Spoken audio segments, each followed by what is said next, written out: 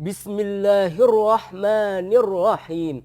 Assalamualaikum warahmatullahi wabarakatuh. Hamdan wa syukran lillah. Salatan wa salaman ala sayyidina Muhammad wa ala alihi wa sahbihi wa mawalah. Amma ba'du. Puji syukur, marilah kita panjatkan kepada Allah Subhanahu wa ta'ala. Salawat dan salam selalu tercurahkan keharibaan kita kepada sang Rasul akhir zaman, yakni Nabi besar Muhammad sallallahu alaihi wasallam, yang telah membawa umatnya dari alam kebodohan kepada alam yang penuh dengan ilmu pengetahuan. Penghormatan saya kepada Dewan Hakim yang arif dan bijaksana, dan kepada seluruh peserta, pemirsa, pecinta lomba FDM dimanapun Anda berada. Pada kesempatan ini, izinkan saya menyampaikan sebuah tausiah dengan judul Keutamaan Orang Menuntut Ilmu.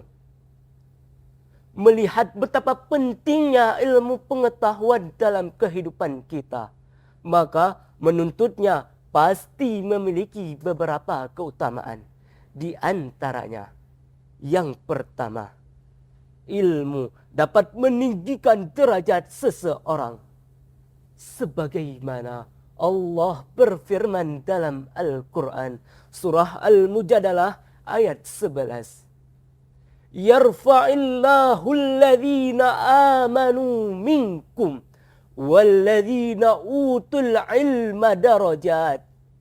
Artinya, Allah akan meninggikan derajat orang-orang yang beriman di antara kamu dan orang-orang yang memiliki ilmu beberapa derajat. Dalam kehidupan sehari-hari, kita tahu bahwa orang yang beriman dan berilmu memiliki kedudukan yang terhormat dan dijadikan penuntun dalam masyarakat. Sampai-sampai Rasulullah pernah bersabda, Naumul ilma faddala min abadatil jahil. Tidurnya orang yang berilmu itu lebih baik daripada ibadatnya orang yang jahil. Masya Allah. Yang kedua, sahabat da'i, ilmu adalah tabing dari kejahatan iblis. Allah Subhanahu wa ta'ala telah memperingatkan di dalam Al-Quran bahwa kita memiliki musuh yang nyata, musuh yang akan selalu menggoda, menghasut, dan mengajak kita kepada perbuatan yang dilarang oleh Allah. Musuh itu tidak lain dan tidak bukan, ialah iblis laknatullah. Dengan berbagai senjata, dia akan menyerang, menusuk, dan memusnahkan kita. Senjata yang ampuh untuk membentengi diri kita dari musuh yang bernama iblis adalah ilmu. Sahabat da'i milenial dimanapun Anda berada, dari syarahan tadi dapat kita petik sebuah kesimpulan.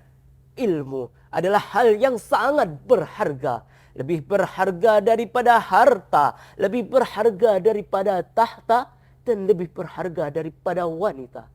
Karena dengan ilmu kita dapat meraih dua kebahagiaan terbesar, yakni bahagia di dunia dan bahagia di akhirat kelak.